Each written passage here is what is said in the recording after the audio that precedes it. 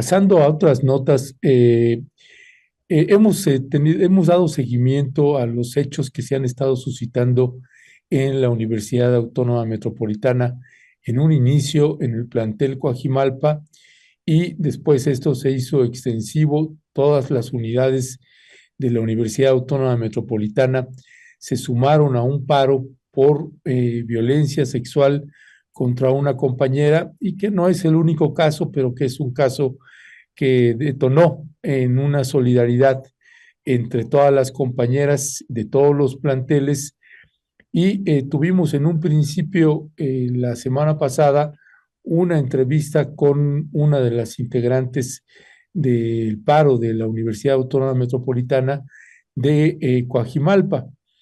Y el día de ayer tuvimos una entrevista con el rector de la Universidad Autónoma Metropolitana, plantel Xochimilco, y con la secretaria de la unidad Xochimilco, sobre precisamente este paro, la situación que está viviendo la Universidad Autónoma Metropolitana, un momento, un tiempo que nos parece, y que incluso también Angélica Buendía también lo comentaba, la secretaria general, lo comentaba como un momento histórico, Violeta, que se está viviendo, y que una oportunidad que han logrado abrir las compañeras poniendo el cuerpo y poniendo la voz, pues han logrado abrir una grieta que posiblemente no la habíamos visto, y que por eso es histórico, y se encuentran con nosotros, Violeta.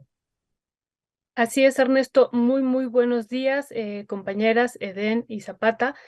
Bienvenidas. Son integrantes de la Asamblea Estudiantil. Ya los tenemos a cuadro. Muy, muy buenos días. Bienvenidas a este espacio de Momentum. Buenos días. Gracias, buenos días. Gracias por el espacio. Muy, muy Gracias. bueno. Pues, bueno, me gustaría iniciar en principio, pues gracias por tomarnos la llamada, y que sepan ustedes que este espacio pues estará siempre abierto y disponible para ustedes, compañeras, cuando necesiten dar su voz y su palabra, pues cuentan siempre con este espacio noticioso y estos medios de comunicación. Me gustaría iniciar, y también para contextualizarle a la gente antes de iniciar con por la situación que se está viviendo en todas las unidades de la UAM, de la Autónoma Metropolitana, explicar a la gente esta parte de cubrirse el rostro, y que para nosotros pues tiene un significado importante el hecho que tengan la necesidad de hacerlo. Así que si fueran tan amables, compañeras, de explicarle a la audiencia por qué cubrirse el rostro. Bueno, nosotros estamos conscientes de que América Latina tiene una historia de persecución a los movimientos estudiantiles. Desgraciadamente, nosotras exponemos nuestra identidad al alzar la voz para exigir una vida estudiantil libre de violencia. A pesar de que en nuestro pliego petitorio hemos exigido las no represalias para la comunidad estudiantil, que estamos acuerpando la institución, sabemos que más allá del discurso, las represalias son una amenaza directa y real. Por lo tanto, nosotras somos las primeras que tenemos que lamentar el hecho de que se nos sea perseguidas y que seamos criminalizadas por alzar la voz, por exigir derechos. Esa es la razón por la que protegemos nuestra identidad, porque no queremos que el día de mañana tengamos represalias, que tengamos quizá dificultades para graduarnos, que se nos nieguen ciertos derechos que tenemos estudiantiles. Es por eso que cubrimos nuestro rostro. Muchas gracias. Bueno, está con nosotros, le comentamos a la querida audiencia Eden y Zapata, nada más si nos pueden especificar, Eden, quién es la que trae el paliacate rojo, y Zapata es así, y Al Zapata revés. es al revés. Ok, Yo soy entonces Eden, ella es Zapata. Perfecto. Muchas gracias para podernos dirigir a ustedes. Muchas gracias. Lo que nos comenta ahorita Zapata es importante en esta circunstancia de una persecución pues permanente de los movimientos sociales, y nos parece también pues que la audiencia conozca por qué se están cubriendo el rostro, y que también ya ellas nos comentarán, es parte de una de las demandas que ellas están haciendo, ¿no? Que no haya consecuencias después de este movimiento. Yo le preguntaría a Edén si nos puede, y más bien que nos pueda contextualizar una pregunta que también le hemos estado haciendo tanto al rector y ayer a la secretaria de la unidad Xochimilco, es ¿por qué un conflicto grave, ¿no? Grave, que inició en la UAM Coajimalpa, de una violación sexual, y que ya ha tenido una respuesta después de que pues el primer dictamen de la Comisión de Faltas no fue favorable para el estudiante?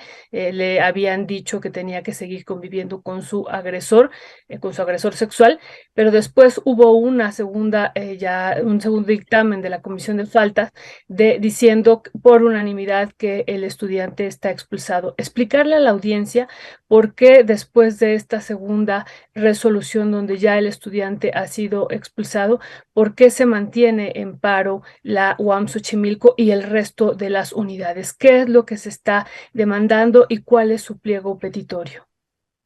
Bueno, buenos días. Gracias por darme la palabra. Pues principalmente sí inició como apoyo moral y ético y pues de acuerpamiento a la compañera de Coajimalpa. Sin embargo, no es la única unidad donde existen casos aislados de una violencia sistematizada dentro de la universidad y a la que no se le ha dado seguimiento, y al contrario, se nos ha recriminalizado o más bien revictimizado todos estos actos a la hora de querer hacer denuncias, y cómo el sistema justamente nos empieza a mostrar que tiene deficiencias. Justamente, por ejemplo, nosotros aquí en Xochimilco tenemos el caso de una compañera que hemos expuesto, más bien la unidad ha expuesto en sus canales de YouTube. Es una compañera de nombre Steph. Su caso ya está difundido por todas partes en YouTube, aquí la comunidad la conoce, y pues resulta que el agresor continúa en las aulas, ¿no? Y no solo es eso, tenemos profesores como el que se menciona en el pliego petitorio, el profesor Iker, en donde pues también tiene un supuesto, ¿no?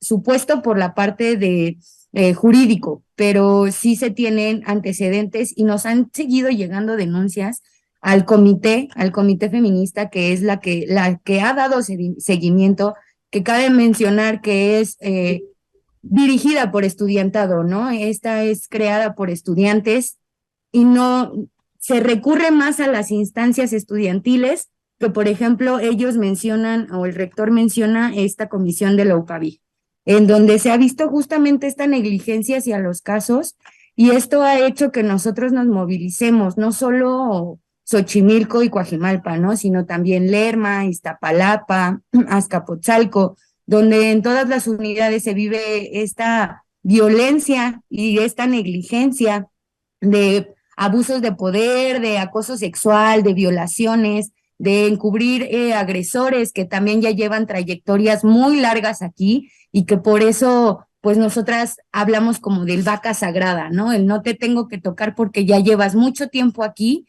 y pues entonces conviene más callar a las alumnas o expulsarlas para no expulsar o bueno, más bien correr y quitar del poder a estas personas que se supone tienen que cuidarnos, ¿no?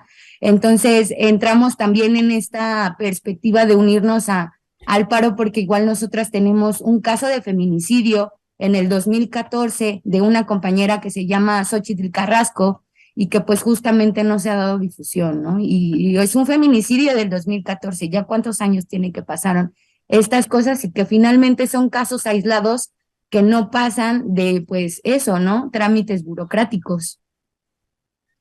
Ya, gracias.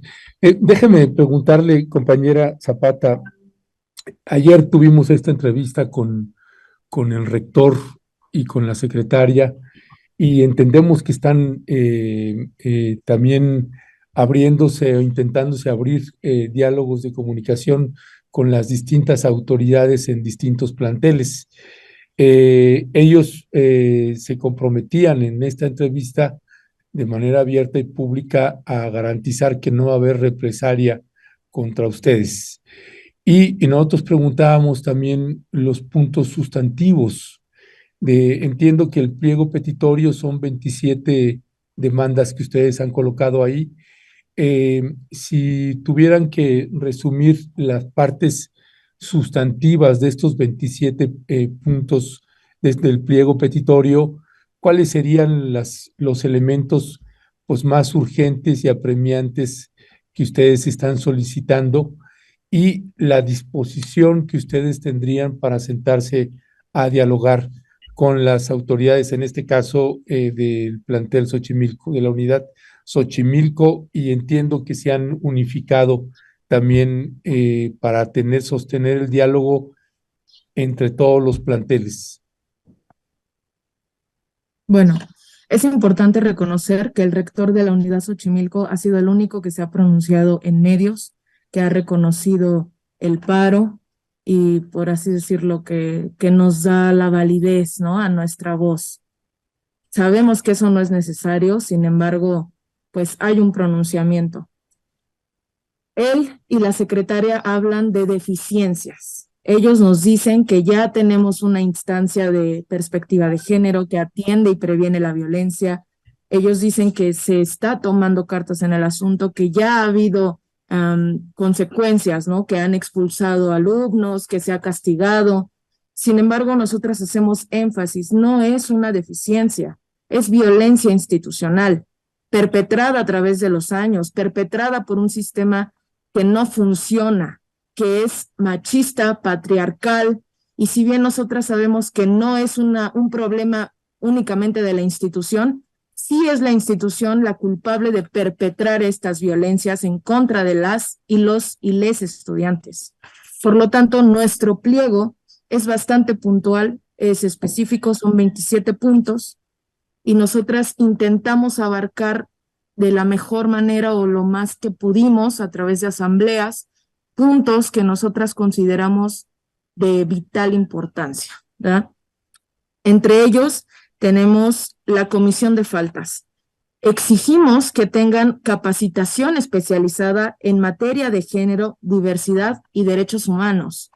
Las autoridades dicen que esta capacitación ya está. Sin embargo, estos cursos, que muchas veces son opcionales, no son suficientes, no son especializados y no nos están dando especialistas que realmente resuelvan con perspectiva de género lo que es necesario para atender la violencia contra las mujeres, que no es simplemente revictimizar, porque estamos en una institución con un sistema revictimizante que, más allá de acompañar, de escuchar, de proteger a la alumna violentada, se le castiga prácticamente por atreverse a alzar la voz, ¿no? En el caso de que no se le ignore, cuando se le da cierto seguimiento, pues no es lo suficientemente válido, no procede, no hay nada que se pueda hacer, no hay resolución. Por lo tanto, sí tenemos una UPAVIG, sí los cursos son opcionales, pero no es suficiente. Y repito, no es una deficiencia, es una violencia institucionalizada. Segundo, nuestra unidad cuenta con las políticas transversales, que son de materia de género. Sin embargo, estas son de carácter opcional, no son obligatorios. En nuestro pliego exigimos que sean obligatorias, porque no se puede dar resolución ni seguimiento a casos por violencia si no hay una perspectiva de género o si esta es opcional. Después, nosotras también estamos exigiendo capacitar a la UPAVIG e incluirla en los procesos laborales de casos de violencia por razones de género, que haya rendición y transparencia, porque repito, estamos en un sistema de simulaciones. La institución, y no solamente Xochimilco, las 5 unidades simulan. El discurso es una cosa, sin embargo, aquí el estudiantado nos atraviesan violencias múltiples. en nuestro pliego no solamente hablamos de los profesores que acosan, el caso de la compañera que fue agredida dentro de las instalaciones, fue violada por un trabajador que posteriormente se convirtió en alumno, a pesar de que esta compañera ya tenía una carpeta en fiscalía abierta, un proceso, medidas de protección vigentes en contra de este sujeto, de su perpetrador, y a la universidad eso le importó poco. Le bastó con decir, bueno, entonces que el agresor tome clases por Zoom y que la víctima siga viniendo a la escuela. Entonces, esas no son soluciones, al contrario, se está encubriendo. Por lo tanto, exigimos que se capacite a la UPAVIG, porque repito, de nada nos sirve que simulen que haya aquí un órgano de prevención a la violencia cuando estamos aquí en este momento, ¿no? Si de verdad el problema no fuera tan grande, ¿por qué hay un paro de 5 unidades? ¿Por qué estamos aquí acuerpando día y noche? Es un problema real. Segundo, también en nuestro pliego estamos pidiendo una disculpa pública para la compañera que mencionamos, que es el caso directo de violación en Xochimilco, porque sus datos personales fueron expuestos. En el momento de llevar su caso a colegio, se habló, por ejemplo, de sus consultas ginecológicas, ¿no? Se expuso dónde vivía, dónde trabajaba, sus datos personales. A la compañera se le revictimizó de múltiples formas. Por lo tanto, no hay perspectiva de género, no se nos ofrece una solución, sino una minimización de los casos, una minimización e invisibilización de las violencias, e incluso se castiga a las víctimas.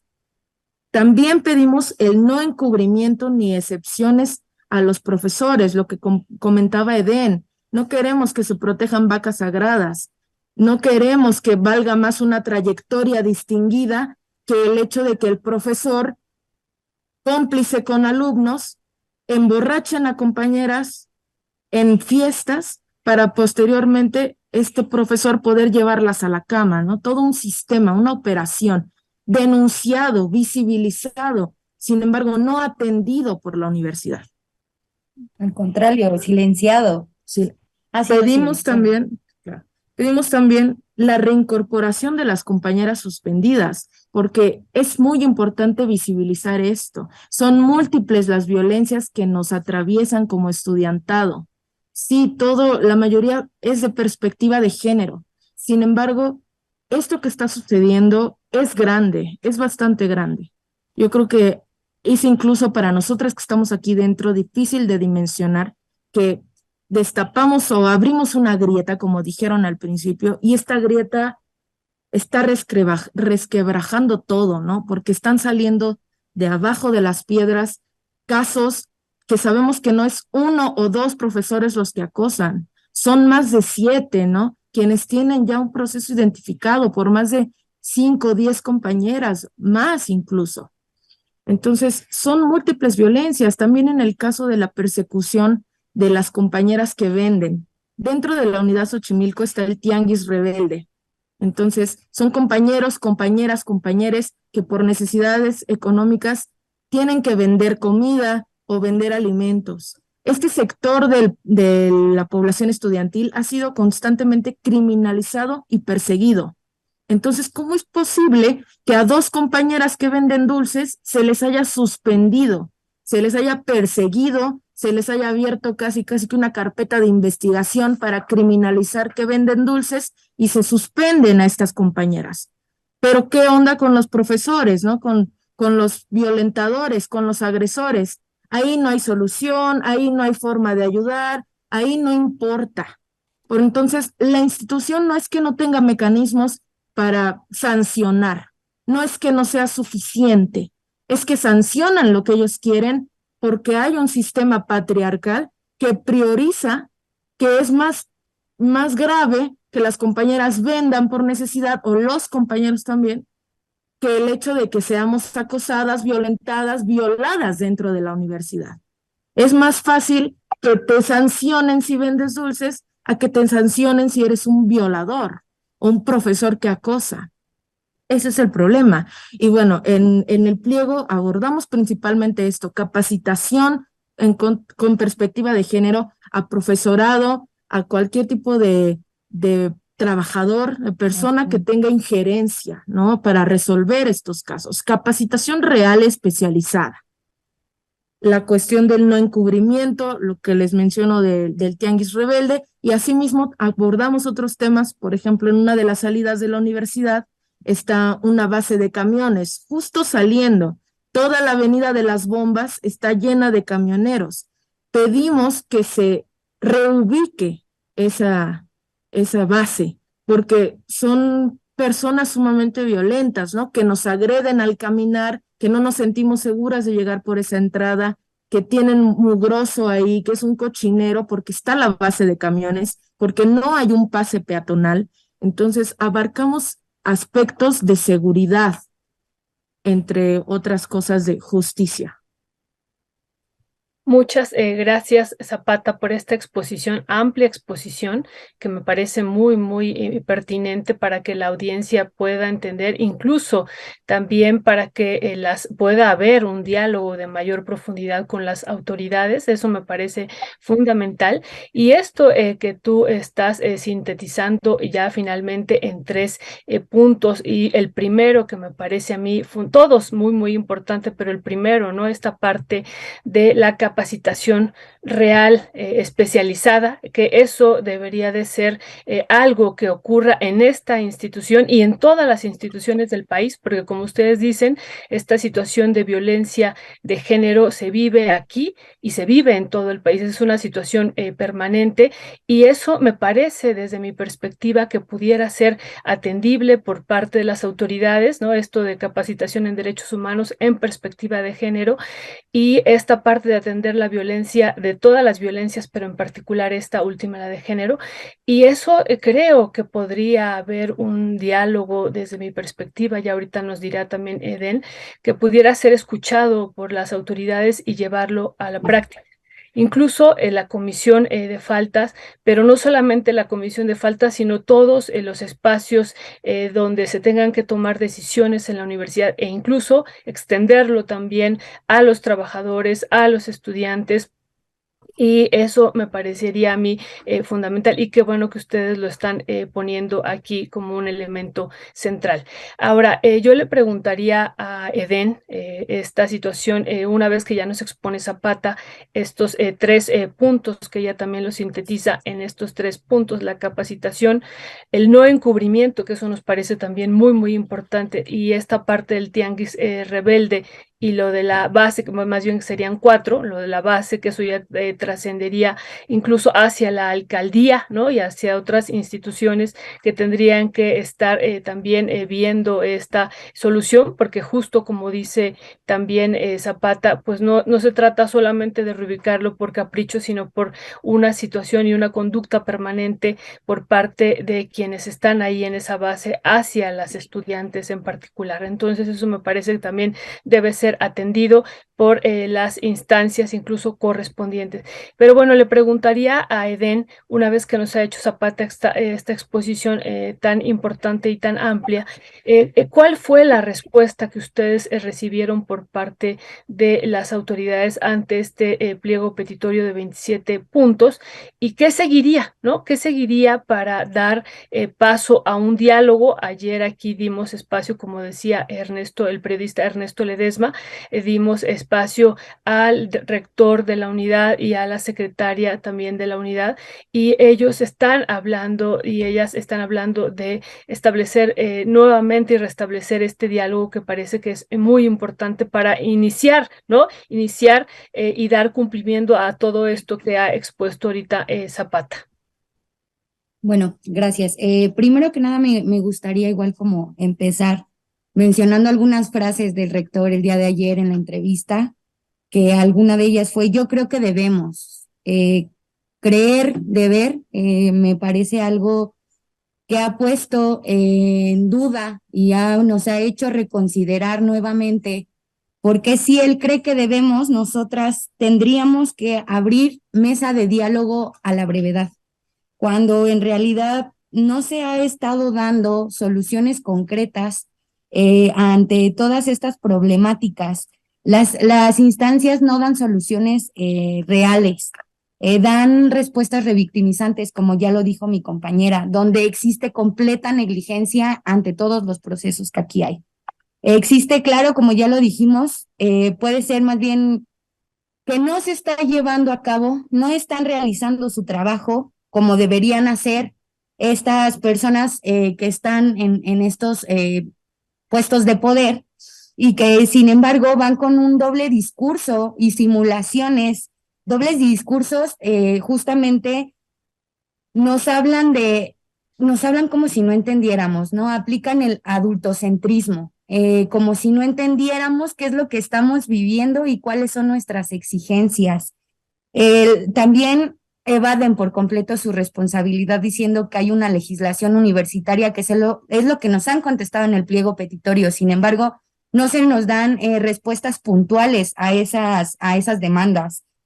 También hay que mencionar que entre todas estas partes de el adultocentrismo, nuestra secretaria de unidad ha sido pasivo-agresiva, ha sido violenta, en donde también no nos sorprende la elocuencia que tiene. Desconocemos a la secretaria que se presenta en medios, ¿no? Con esta parte de, bueno, vamos a sentarnos al diálogo, no ha sido así. Ella ha tenido una actitud completamente hostil, carente de claridad y de diálogo fluido, ¿no? Y marcando todo el tiempo un adultocentrismo que nos hace ver a nosotros, porque la violencia no discrimina. También nos gustaría dejar muy claro que la violencia, si bien más bien el movimiento empezó por una agresión hacia compañeras, pues también los compañeros no están libres de estas violencias que son sistemáticas dentro de nuestro sistema, valga la redundancia, educativo, ¿no? En nuestras instituciones, no solo en Xochimilco, sino en todas las otras unidades. Y pues es importante dimensionar cuál es pues la potencia que tiene estas demandas, porque en 50 años que lleva la institución, es la primera vez que se hace un levantamiento estudiantil de esta magnitud y con demandas muy específicas. Nosotras pusimos 27 puntos en el pliego petitorio, donde ya existen carpetas de investigación, como ya lo mencionaba Zapata, que ya están abiertas estas carpetas de investigación. No hay respuestas directas a nuestros pliego petitorio, ¿no? Es como nos dan la resolución de aquí está, nosotros tenemos la legislación universitaria, tenemos a las instancias de la UPAVIG, mismas que si bien tiene a una doctora Jessica Gutiérrez a cargo de esta unidad de prevención de la violencia de género, entorpece por completo todos los procesos y todas las denuncias que existen. Entonces a nosotras nos parece incongruente que se nos llame a activar las mesas de diálogo, a que les demos respuestas, cuando ellos en realidad no han dado respuestas claras ni válidas a nuestras demandas e incluso tardaron mucho tiempo para dar la legitimidad a nuestro movimiento. Otra vez este adultocentrismo en el sistema y esta violencia que no necesita ser física, ¿no? Sino que también es ejercida a través de la palabra y de los roles de poder que tienen los altos funcionarios. Desafortunadamente, el rector que nos presentan en cámaras desconocemos completamente a ese rector también. No se nos ha dado una respuesta clara por parte de él, incluso dudaron mucho si iba a venir a entregarnos la respuesta del pliego petitorio. Entonces se nos hacen doble moral, ¿no? ¿Qué se supone que está gestando la universidad como profesionistas si nuestros altos mandos están justamente de manera coloquial solapando todas estas actividades y todas estas demandas por ser personal que ya tiene años de trayectoria? También mencionaba el rector, tal vez no hemos escuchado y no hemos entendido. Discúlpenme, ¿cómo es posible entonces que puedes aplicar una legislación universitaria en la que no entiende ni escucha a su alumnado? ¿Dónde está la congruencia de estos discursos por parte de nuestras autoridades, que incluso ha llegado a las 5 unidades? No solo es Xochimilco, no solo es Coajimalpa, existen las otras 3 unidades, ¿no? Donde se habla de legitimidad del movimiento que se tardaron en darnos, ¿no? Y pues esto, ¿no? Justamente el adultocentrismo y que pues justo lo que sigue es exigir respuestas contundentes a nuestras hermanas del Iztapalapa y Lerma, y una cuestión que aquí se ha dialogado con la Asamblea Estudiantil es que nosotros nosotres no pensamos levantar un diálogo con las autoridades hasta que nuestras unidades hermanas tengan respuesta. Si bien no queríamos también pronunciarnos ante medios, nos pone también pues en juego esta parte y nos pone en ventaja, si lo podemos decir así, exponer los casos de Xochimilco y por qué Xochimilco se está uniendo, por ejemplo, a las demandas de Iztapalapa y Lerma, o sea, son las 4, pero en este caso nosotras enfatizamos en Iztapalapa y Lerma, que se les dé soluciones al pliego petitorio, que sean pues a la brevedad, ¿no? Y hacemos una invitación general al rector general, ¿no? De todas las unidades, a que si realmente nos quieren escuchar, nos quieren atender y nos quieren dar respuestas, entonces que también empiecen a hacer su trabajo desde esos mandos, ¿no? Con los rectores correspondientes y las autoridades de cada unidad. Entonces nosotros, que consideramos, como repito, la violencia no discrimina, la violencia no tiene género, queremos esta parte de esperar a que las unidades tengan respuesta y pues eso básicamente.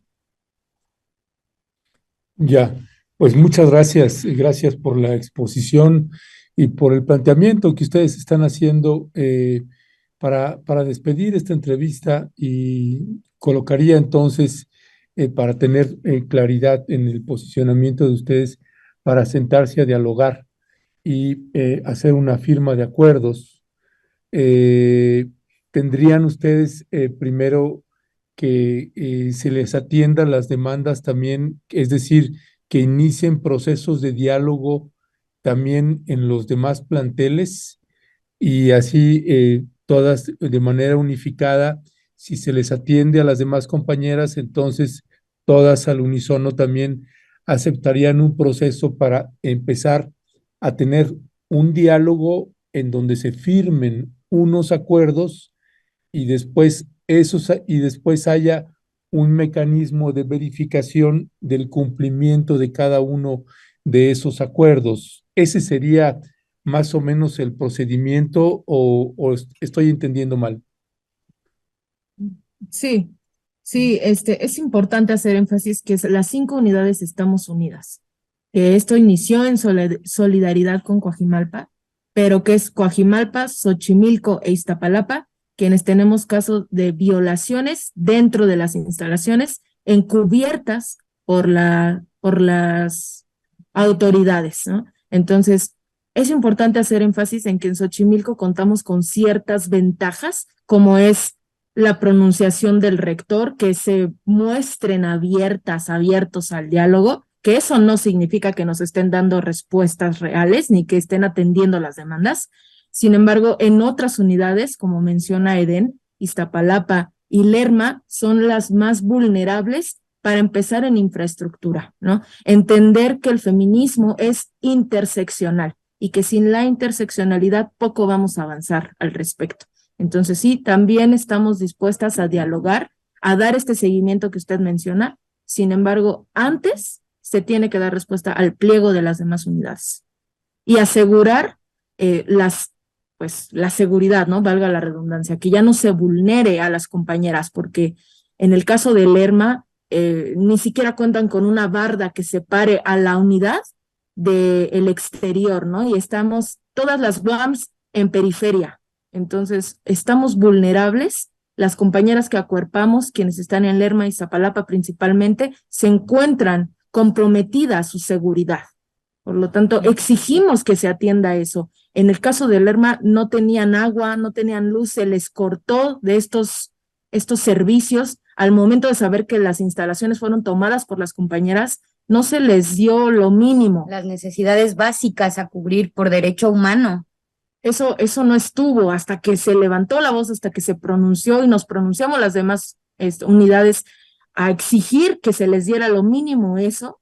Entonces fue cuando lo dieron. Por lo tanto, hacemos énfasis en eso. en que no vamos a dar respuesta unilateral, sino que es conjunta.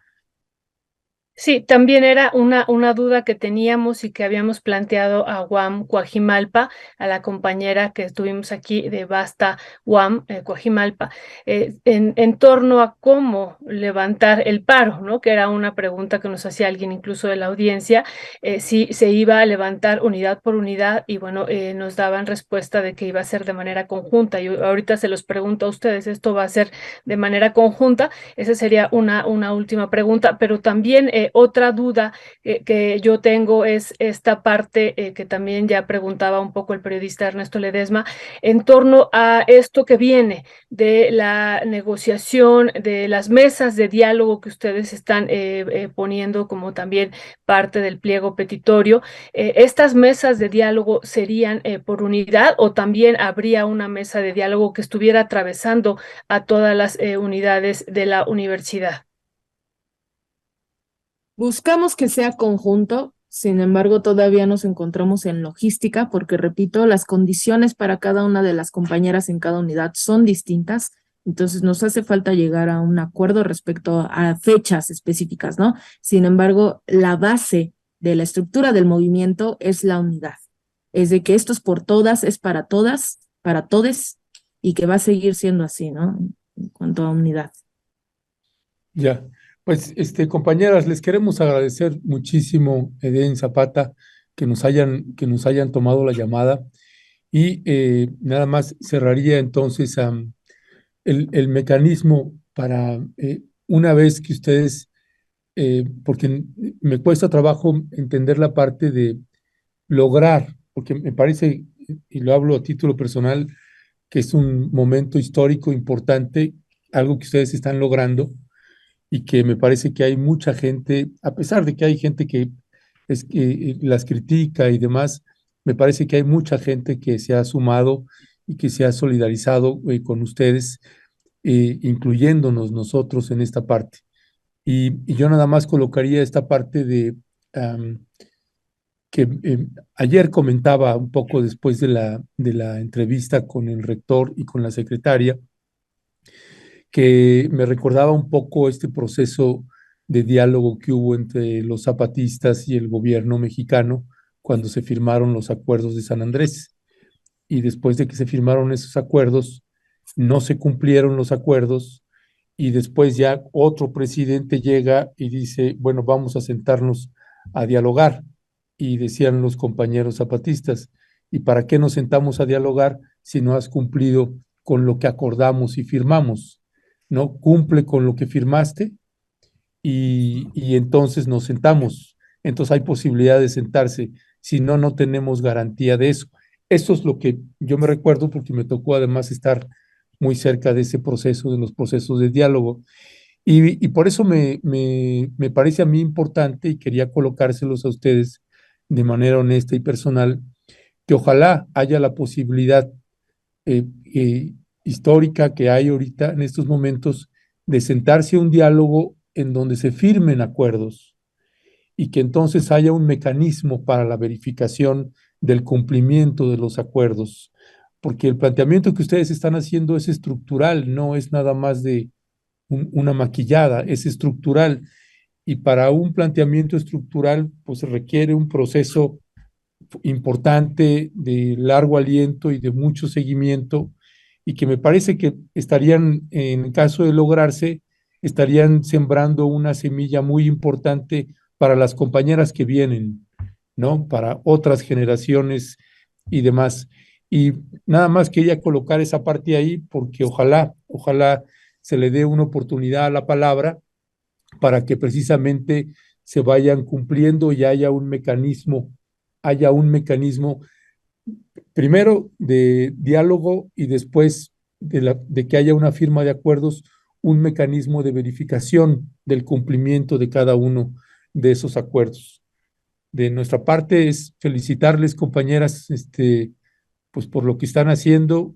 Hay gente aquí en la audiencia que las critica si tienen el rostro cubierto o si otra cosa, y una gran mayoría que la celebra y que les agradece también la lucha que ustedes están emprendiendo y que ojalá se le dé una oportunidad a la palabra en este logro histórico que ustedes están caminando y que están llevando ahí. Así que pues muchísimas gracias, compañeras. Una Muchas, última cosa que nos gustaría mencionar es Sí, que justamente es por eso que a través de redes sociales, y aquí es donde hacemos la invitación a que sigan nuestras redes sociales para justamente dar un seguimiento más directo a lo que está pasando, ¿no? Y combatir la desinformación. En el ¿cuáles son caso las redes sociales? En el caso de Guam Xochimilco, nuestro Facebook oficial es Guam-X Asamblea Estudiantil. Ahí es donde hemos estado nosotras, pues, Viendo dando a información. conocer los avances respecto al paro. Es donde nosotras nos pronunciamos que el tiempo no tiene por qué ser un factor de presión, porque precisamente esto es complejo y no nos vamos a ver presionadas, dado que revisar aspectos legales es una cuestión que, como usted bien menciona, es compleja y toma tiempo. Y nosotras queremos aprovechar justamente la atención que se nos está dando en este momento para alzar la voz, que ya no van a tener la comodidad de nuestro silencio, porque ha sido eso justamente una comodidad para las instituciones, ¿no? Pero queremos ver un cambio generacional y justamente es el momento en el que vamos a visibilizar todo esto, todas las violencias que nos atraviesan y que vamos a hacer énfasis en que vamos a poner nuestro mejor esfuerzo, que no solamente estamos poniendo el cuerpo, sino también la mente, para que no se nos dé, pues atole con el dedo, ¿no? Como dijera mi compañera Eden, este adultocentrismo de minimizar el movimiento, de creer que estamos jugando, que quizá no sabemos lo que estamos haciendo. No, sí sabemos. Sabemos porque somos quienes recibimos directamente la violencia.